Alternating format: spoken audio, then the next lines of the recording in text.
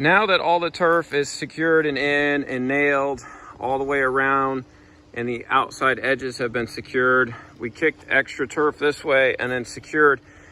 What you want to do next is hit it with the power broom, brush all the fibers and make them stand up so that when we put in the sand, all the fibers are standing straight up and the sand will just head right down into the base.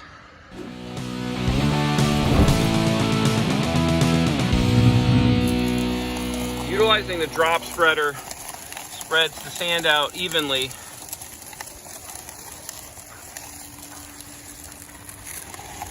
Across the area.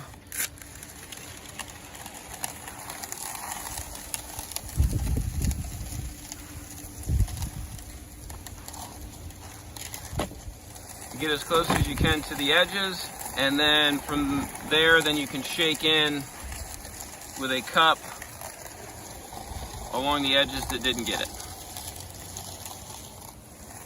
After you've distributed all the white sand or the lighter colored tan sand, and you power broom and get all of this sand pushed down into the base, then we will come back with the green and do the same thing with the green.